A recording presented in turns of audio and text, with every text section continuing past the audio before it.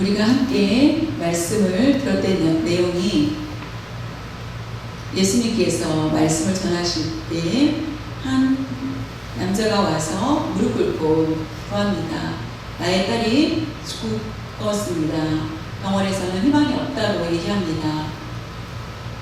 예수님 만나기를 원합니다. 그러면은 내 딸이 살 거라는 거, 내 딸이 살 거라는 것을, 그래서 함께 예수님이 그 집에 가시다가 12년 동안 혈류병을 앓았던 여인이 있었는데, 그 여인을 만나서 예수님의 온만, 옷에 손만 대도 내 병이 나을 것이라는 믿음을 가지고 결국 치료함을 받게 되었고, 그 여인이 도망가려고 했을 때 누가 내 몸에 손을 대었느냐라고 하였을 때 자신이 경험했던 얘기를 예수님께 다 얘기를 합니다. 그리고 그와 같이 힘든 그런 상황을 다 들으시고 예수님께서 말씀하시니, 너의 믿음으로 네가 구원을 받았나니 안심하고 가라. 너는 이제 병에서 노임을 받았고 건강하여지었다라고 말씀합니다. 그것은 우리가 사람이 생각하기는 예수님께서 하나님의 권능을 받고 치유하시고 기적을 행하시고 귀신을 내어주고 하셨다, 예수님의 능력을 힘입어서 그렇게 됐다라고 생각하지만은 그것이 아니다라는 것을 보여주기 위해서 내가 나에게도 죄를 사할 능력이 있다라는 것을 말씀합니다. 그 죄사함은 하나님이 하시는 건데 예수님께서도 말씀하십니다. 여자여, 내 죄가 사여졌느니라라고 말씀하십니다. 그것을 보여주기 위해서 예수님이 그에게 하신 것입니다. 우리의 죄를 씻기 위한 방법은 오직 예수님의 보혈로만이 우리 죄를 씻을 수 있습니다. 다른 어떤 것도 안 됩니다. 그 여인에게 말씀을 미리 하면서 우리에게 그것을 보여주고 계십니다. 치유함을 받은 그 여인이 돌아가고, 그 다음에 오늘 말씀은 한 남자가 강권하였습니다. 그 이름은 야이루였습니다. 그 이름은, 그는 어떤 직업을 가졌냐면은 회당이 어떻게 생겼느냐, 옛날에는 이스라엘 지역의 바벨론 나라의 포로가 되었습니다. 이스라엘이 망하고 그리고 성전까지 다 파괴가 되었습니다. 살아있는 사람을 모두 잡아다가 자신의 나라의 바벨론의 노예로 삼았던 것을 보게 됩니다. 일하고 집에 있고, 근데 그들은, 이스라엘 사람들은 성전을 사모하였습니다. 그래서 율법을 잘하는 사람을 모시고 집에서 예배를 매주 드리다가 안식일날 가르치고 말씀을 가르치다, 그곳이 회당이라고 합니다. 제사는 드릴 수 없었지만은 말씀을 가르치고 교제하고 하는 것, 그것이 회당입니다.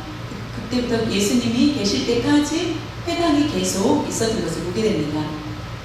성전은 1년에 한두 번은 두세 번 가지만은 회당에 매주 모여서 말씀을 가르치고 궁금한 거를 서로 나누고 하는 것입니다. 그 회당의 장이었습니다. 회당장, 그 이름은 야이로이고 회당장이었습니다. 그는 깨끗이 그 율법을 읽을 수 있도록 서로 그거를 관리하고 하는 일들을 하였습니다. 이스라엘에 문제가 나왔을 때에 재판들이 가끔 있는데 그것들을 판결하기 위해서 너희들 싸우지 말라라고 하면서 판결까지 해주는 일들도 하게 됩니다. 유대 사회 안에서, 그래서 회당장이라고 하면은 존경받는 사람 중에 한 사람입니다. 많은 사람들이 그들의 다른 마을의 대장이 되는 것처럼, 근데 그에게 외동딸이 하나 있었는데 병으로 인하여서 결국은 죽음을 맞이하게 됩니다.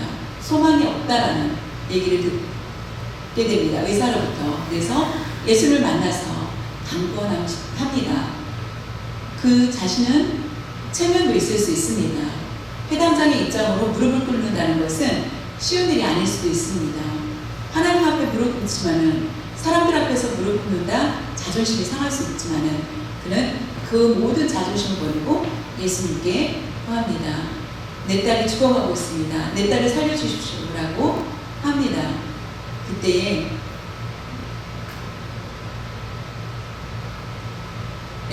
12의 혈류병 안 그 여인의 얘기를 막 듣고 있었습니다. 회당장도 그때에 그 종이 찾아와서 이미 딸이 죽었습니다 라는 얘기를 합니다.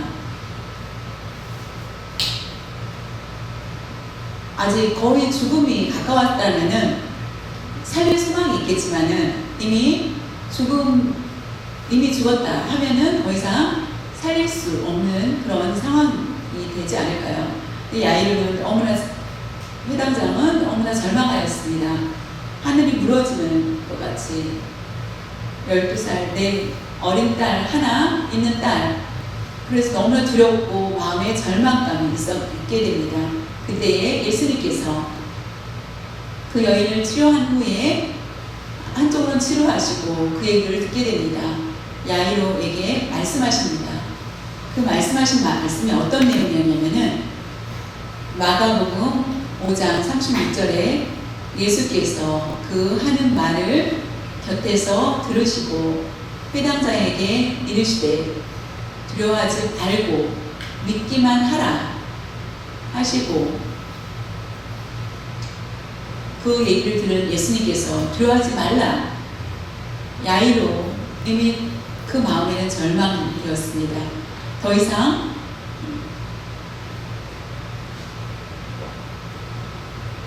하나님과 함께였던 그가, 갑자기 하나님 말씀을 가르쳤던 그가 자신의 딸이 죽었다는 얘기를 듣자 두려운 마음을 가지고 있었을 때 예수님은 그를 보고 위로하시는 것을 보게 됩니다. 우리가 하나님의 말씀을 들을 때에 하나님께서 주신 그 말씀은 두려워하지 말고 믿기만 하라는 것입니다. 그 말씀을 우리는 꼭 기억해야만 합니다. 야이로가 예수님께 구한 것은 내 딸이 죽게 되었습니다. 이제는 생명이 더 이상 생명을 갖지 못할 수 있는 그런 상황이었기 때문에 간구합니다. 왜냐하면 예수님의 치유함은 능력이 있다는 것을, 능력이 있으신 분을 믿고 그가 왔습니다. 믿는 마음으로 분명히 예수님이라면 내 딸을 살리실 거라는 믿음으로 왔는데, 이미 딸이 죽었다는 소식을 들은 그 마음에는 절망감이 있었을 것입니다. 우리의 믿음도 그런 모습이 아닐까라고 생각을 합니다. 야이로처럼 우리가 하나님께 필요한 것, 사정을 구합니다. 그런데 잘 되지 않고 내가 원하는 대로 잘 이루어지지 않아서 절망할 때가 많이 있게 됩니다. 예수님께서는 그것이 잘못됐다라는 것을 가르쳐주고 있습니다. 이미 거절됐어, 끝났어 라고 생각하는 것이 아니라 우리가 의심하지 않고 믿음을 가지고 나갈 수 있기를 말씀하고 계십니다. 구하여도 안 된다. 그래도 두려워하지 말고 믿음을 가지라는 것입니다. 어떤 상황 가운데서도 두려워하는 마음을 갖지 말고, 그럴 때에 하나님께서는 그 길로, 좋은 길로 인도해 주신다는 것을 믿어야 된다는 것입니다. 우리가 우리의 믿음 생활을 하면서 모든 일을 봤을 때 내가 할 수 있다라고 생각하는 거, 이거는 불가능해, 할 수 있어, 불가능해 라는 것이 우리의 기준으로 결정해서는 안 된다는 것입니다. 두려워하지 말라는 것은 처음부터 가졌던 그 믿음에 의심하지 말고 끝까지 믿으라는 그 말씀이라는 것입니다. 시편 56편 3, 4절에 보면은 내가 두려워하는 날에는 내가 주를 의지하리이다. 내가 하나님을 의지하고 그 말씀을 찬송하올지라. 내가 하나님을 의지하였은즉 두려워하지 아니하리니 혈육을 가진 사람이 내게 어찌 하리이까. 그것은 바로 다윗의 고백입니다. 다윗은 많은 두려움을 경험했던 사람입니다. 두려움의 그런 순간들이 너무나 많이 있었습니다. 그때 나는 두려워했다. 나는 사람이기에 두려워하였다. 그러나 단지 한 가지 다른 점이 있다. 두려웠지만은 하나님을 의지했다는 것입니다. 사람이 나를 죽이려 하고 나를 잡으려 하였을지라도 나는 하나님만 의지하였다. 두려워할 수 있는 그 순간마다 하나님을 의지하면서 내가 죽든 살든 기뻐하면서 살았다라는 것을 시편에서 고백하고 있습니다. 믿음이 강할 때에, 주의가 강할 때에 믿음을 보여주는 것이 아니라 우리가 의심될 때는 우리의 믿음이 흔들리지 않고 갑자기 우리의 가정에 어떤 불행한 일들이 있어서 있을지라도 흔들리지 말라는 말씀입니다. 예수님께서 야이로에게 두려워하지 말라, 나와 함께 가자 라고 하였을 때 그 종은 이미 다 곡하고 울고 있습니다. 더 이상 필요 없지 않습니까? 라고 하지만 예수님은 가자라고 합니다. 예수님의 제자 12이 있습니다. 9은 두고 3사람을 뽑아서 같이 갑니다. 베드로와 야고보의 형제 요한이었습니다. 이 3사람만 데리고 갑니다. 왜 12 중에 이 셋을 선택하였는지 그것은 정확하게 대답은 없지만은 베드로는 제자 중에 수제자였고 야고보는 예수님의 제자 중에 첫 순교자가 됩니다. 요한은 어땠습니까? 사랑에 충만합니다. 마지막 순교자가 됩니다. 첫 순교자, 마지막 순교자, 수제자 이 셋을 뽑아서 항상 같이 예수님은 그들과 함께 야이로의 집에 가게 됩니다. 그때 예수님께서 말씀하셨을 때에 놀라운 선포를 하십니다. 그 집에 평안하고 기쁨입니까? 아닙니다. 딸이 죽었습니다. 그렇기 때문에 사람들이 옵니다. 울다. 이게 어떤 뜻인지 이스라엘 문화 중에서 한 가지 발견한 것을 누가 사람이 죽었습니다. 그럼 반드시 누가 와야 되냐면은 혹시나 가난한 사람, 돈이 없는 사람일지라도 반드시 빚을 내서라도 누구를 데려옵니다. 첫 번째는 피리 부는 사람, 피리를 잘 부는 사람이고 물기를 잘하는 사람입니다. 피리를 잘 부는 사람 2사람하고 잘 우는 사람을 부릅니다. 돈을 주고 그들을 불러서 장례식을 치르게 됩니다. 피리의 박자를 따라서 울부짖는 여인은 웁니다. 그것은 바로 위로하는 그런 모습의 행위가 됩니다. 울어야 된다는 것은 울 필요가 없는데 예수님이 말씀하시기를 우리의 가정에 하나님의 부르심을 받는 사람이 있다면 꼭 울어야 되나, 우리는 기쁜 마음으로 우리의 마음을 준비할 수 있는 그런 멋있는 그런 신앙인이 되는 것도 중요하다는 것을 보여줍니다. 마가복음 5장 39절에 들어가서 그들에게 이르시되 너희가 어찌하여 떠들며 우느냐, 이 아이가 죽은 것이 아니라 잔다 하시니 너무 놀랍지 않습니까? 예수님 역사 중에서 예수님께서 죽음의 그 장소에서 말씀하시기를 이 아이는 죽은 것이 아니라 자는 중이다, 잔다라는 말씀. 그래서 이 얘기를 듣고 비웃었더라 라고 얘기를 합니다. 예수님 말씀, 그 말씀이 무슨 말씀입니까? 라고 할 수 있습니다. 그러나 예수님은 모두 물리치고 6사람이 문을 닫게 하시고 그 아이를 살리시는 것을 보게 됩니다. 예수님께서 들어가셨을 때 기도하지 않으시고 그 아이를 손을 잡고 12살 난 그 아이의 손을 잡고 끌어당깁니다. 그리고 뭐라고 하셨습니까? 달리다꿈 하셨습니다. 농아인들한테 에바다 하신 거와 같습니다. 달리다꿈 하십니다. 그 뜻은 내가 너에게 말하노니 소녀야 일어나라 하신 것입니다. 그래서 곧 일어나서 그 아이가 걸었다는 것입니다. 그 부모가 그 모습을 보았을 때 마음이 어땠습니까? 죽은 것도 두려운데 죽었다 다시 살아났다? 그것도 더 두렵지 않습니까? 아주 두려웠을 것입니다.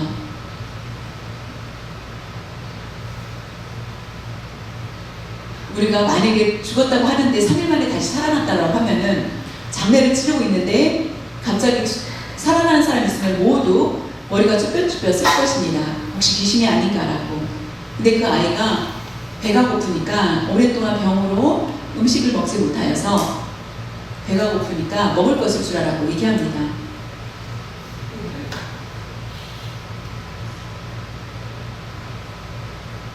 우리가 함께 보아야 될 것은 잔다라는 말씀. 예수님께서 말씀하신 것 중에 죽은 것이 아니라 잔다. 아주 너무나 귀한 말씀이 됩니다. 우리의 마음에 반드시 새겨야 될 말씀 중에 하나라고 생각합니다. 세상식으로 죽음은 어떻습니까? 세상의 죽음은 어떻습니까? 세상적인 죽음은 육체는 썩고 영은 평안한 곳으로 갑니다. 세상식이죠.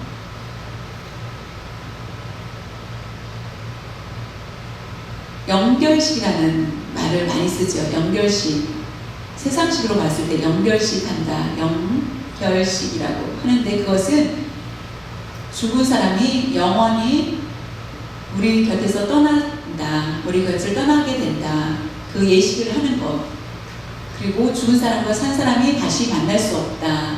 라는 그런 의미입니다. 두 번째로는 영명하다라는 말을 많이 씁니다. 일반인들이 많이 씁니다. 영원히 잠들다, 영명하셨다라고 하는 것은 영원히 잘 떠난다, 우리 곁을 떠난다라고 합니다. 이것은 세상에 사는 동안에, 살아있는 동안에 많은 고난과 힘들고 불행과 고통 가운데에 상처가 있었지만은 죽음을 통하여서 고난도 없고 그런 것들이 모두 떠나고 상처도 없고 마음의 편안하게 잔다 라는 그런 의미의 위로의 말입니다. 그러나 예수님이 하신 말씀은 세상과 너무나 다르다는 것입니다. 완전히 다르다, 비슷하다라는 것이 아니라 완전히 다르다는 것입니다.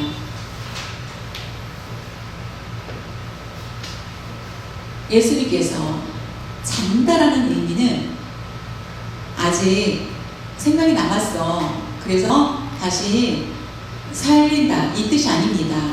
죽음을 잔다라고 하셨습니다. 우리가 가끔 아내가 잠을 자면은 제가 볼 때 죽은 것 같다라는 것, 자고 있지만은 죽은 것 같은 느낌이 있을 때가 있습니다. 여러분이 이렇게 배우자의 잠의 모습을 보면 그럼 아침에 또 일어납니다. 그런 것처럼 자다가 일어나다 라는 의미. 죽었지만은 잔다. 그럼 앞으로 다시 일어날 것이다 라는 것입니다.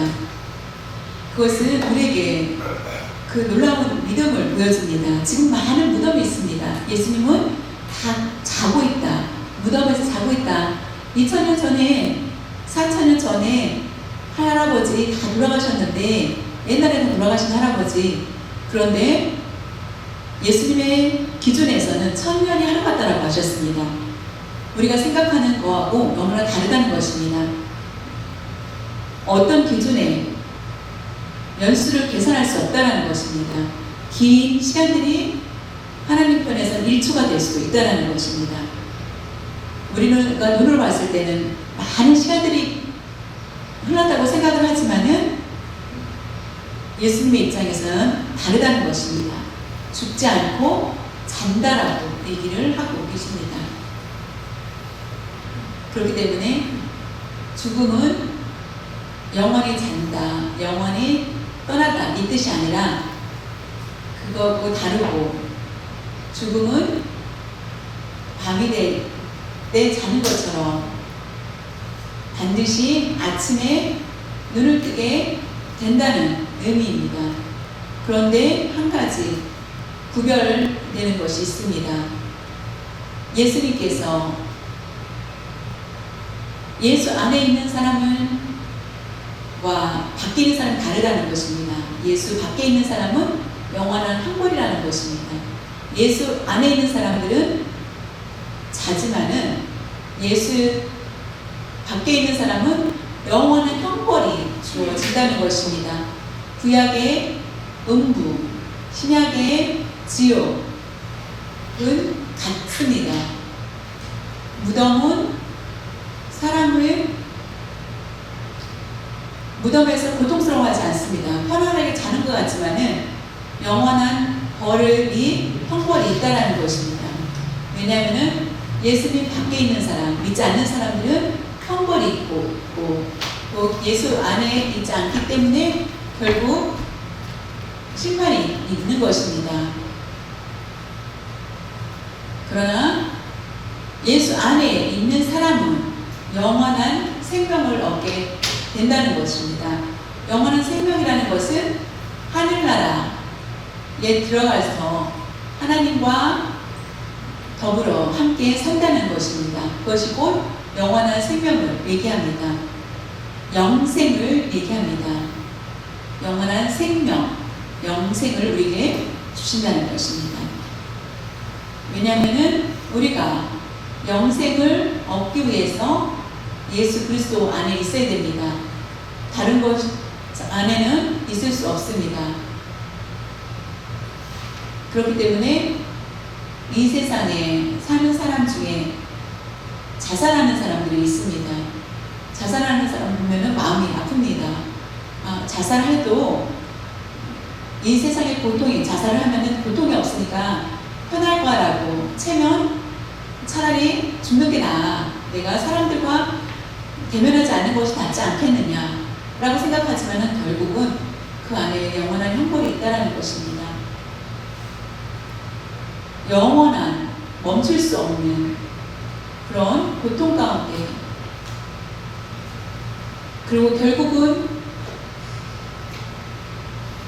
지옥에서 평생 영원히 회할 수밖에 없을 것임을 알아야 되고, 우리가 예수 안에, 예수 편에 서야 된다는 것을 기억해야 된다는 것입니다.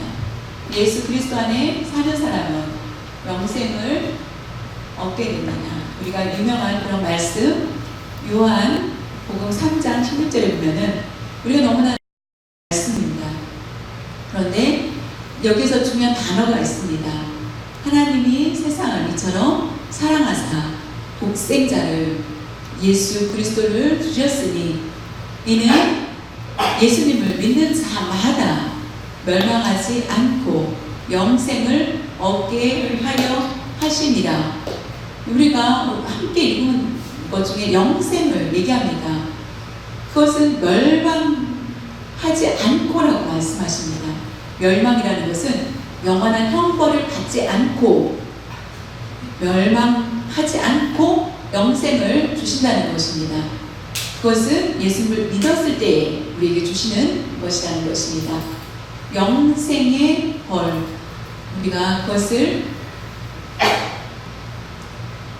믿어야 된다는 것입니다.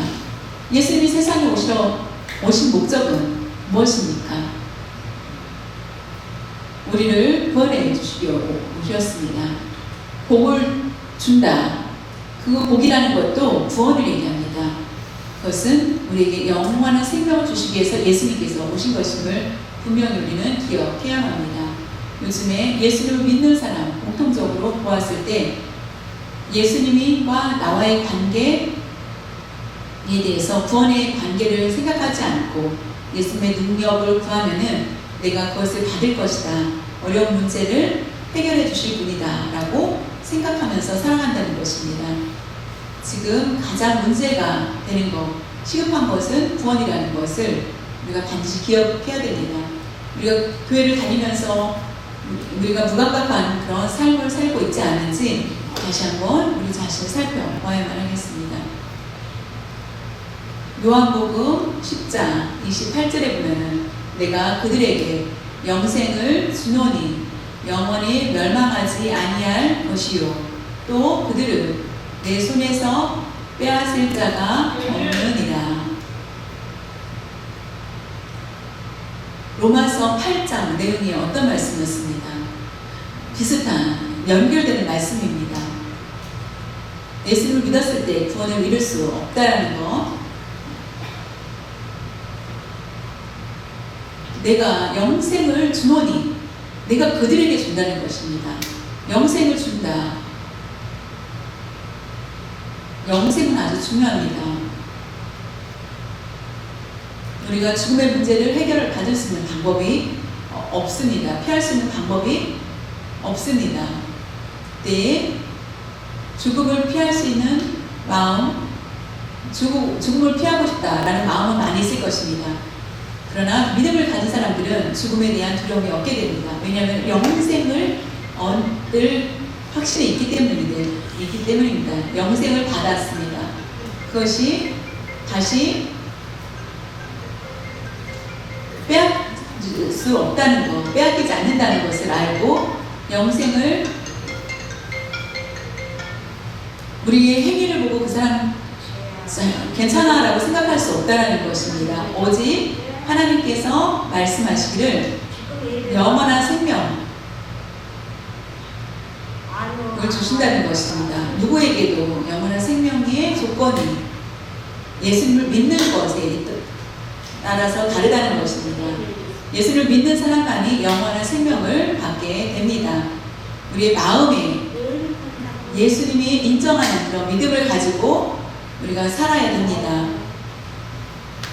우리의 생각들, 우리의 마음에 있는 모든 것들을 끊고 예수님 앞에 나아가는 것, 예수님을 따르는 그런 삶이 가장 중요합니다. 세상을 부러워하지 말고 하나님 앞에 순종하면서 나아가는 그런 삶이 되어야 합니다. 직분이 구원의 조건이 되지도 않습니다. 우리 본인의 믿음이 가장 중요하다는 것, 믿음에 따라서 구원을 받게 된다는 것입니다. 예수님의 손 안에 있는 자라면은 빼앗길 수 없다라는 것입니다. 그만큼 예수님의 전능하심을 볼 수 있습니다. 다시 빼앗지 않으시겠다는 것입니다. 그들을 반드시 붙들어 주시겠다는 것입니다.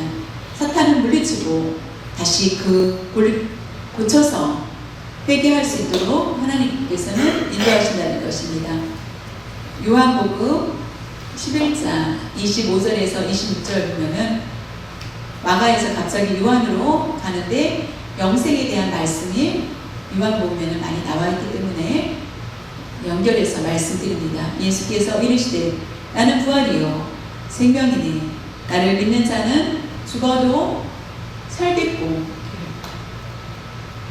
무릇 살아서 나를 믿는 자는 영원히 죽지 아니하리니 이것을 네가 믿느냐 라는 것입니다. 아주 중요합니다. 예수님을 믿는 사람이 죽어도 예수님을 믿고 죽는다. 그것은 죽어도 산다는 것입니다. 왜냐하면 하나님이 함께 하시기 때문에 이 말씀은 너무나 감사하지 않을 수 없는 말씀입니다. 우리 인생 가운데 하나님께 영광을 돌리고 하나님께 희생하고 하는 것, 이것은 하나님이 나를 구원해 주신 것에 너무나 감사해서 하나님의 은혜가 아니면은 우리가 해결될 수 없지만은 예수님 때문에 누구도 사도 바울처럼 세상에 의인은 없다라고 분명히 고백하였습니다. 의인이 바로 예수 그리스도 안에 있을 때에 우리는 의인이 된다라고 말씀해 주고 있습니다. 그렇기 때문에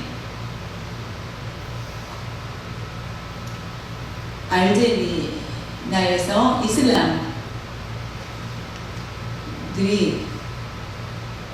굉장히 많았었는데 기독교가 점점 변화가 되는 것은 많은 사람들의 순교에 피를 흘리고 있기 때문입니다. 예수님을 믿고 순교하여서 처음에 2008년도에는 예수님 믿는 사람들이 10,000명이었는데 지금 40만 명으로 되었다고 합니다. 예수님의 말씀이 무엇이기 때문입니까? 영생을 우리에게 주기 때문에 그것을 아는 사람은 죽음도 불사하고 하나님의 말씀을 복음을 전하는 것입니다. 그것이 바로 나사로의 사건에서 이 말씀이 나오는 것을 보게 됩니다. 요한복음 11절에 보면 이 말씀을 하신 후에 또 이르시되 우리 친구 나사로가 잠들었도다. 그러나 내가 깨우러 가노라. 예수님이 가장 사랑하는 나사로 제자도 아닙니다. 친구 마리아와 마르다 그 남매들을 예수님은 굉장히 사랑하신 것을 보게 됩니다. 다른 곳에서 봉사하다가 마르다와 마리아가 찾아와서 나사로가 죽었으니 도와달라고 얘기합니다. 오라비가 죽었다라고 얘기했을 때 예수님께서 사역을 하시고 알았다라고 갔을 때 이미 죽은 지 나흘이 된 것을 보게 됩니다. 한국에는 3일장을 하죠. 장례식을. 혹시나 다시 살아날지도 모른다 생각을 하고 3일이면 이제 끝났다라고 하여서 장례식을 치르게 됩니다. 나사로는 4일이어서 결국 무덤에 묻히게 됩니다. 예수님께서는 말씀을 다 전하신 후에 내가 지금 간다. 내 친구 나사로가 자고 있기 때문에 잔다. 죽었다라고 얘기 안 하시고 자고 있어서 자기 때문에 내가 가서 깨우러 간다라고 말씀하십니다.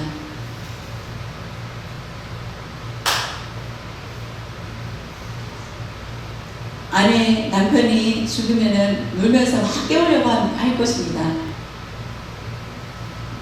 그러나 예수님은 어땠습니까? 그 무덤에서 나사로를 살립니다. 분명한 것은 죽은 사람이 예수님의 다 잔다고, 예수님께서는 잔다라고 얘기합니다. 일어나라. 천국을 가라. 이 모든 권한이 예수님께 속했다는 것입니다. 우리가 예수를 믿느냐 믿지 않느냐에 따라서 천국이냐 지옥이냐 된다는 것입니다. 혈류병 앓은 여인이 죄사함을 받는 권세가 예수님께 있다는 것을 보여주셨습니다.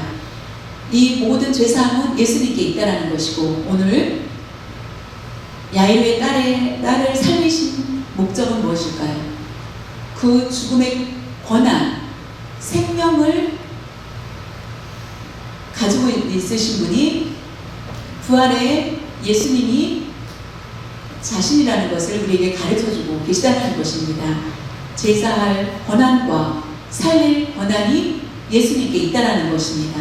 이 생명, 나는 부활이요 라고 하신 것은 예수님을 믿었을 때에 너에게 부활이 있을 것이다 라는 것을 그 진리를 우리에게 가르쳐주고 계신 것입니다.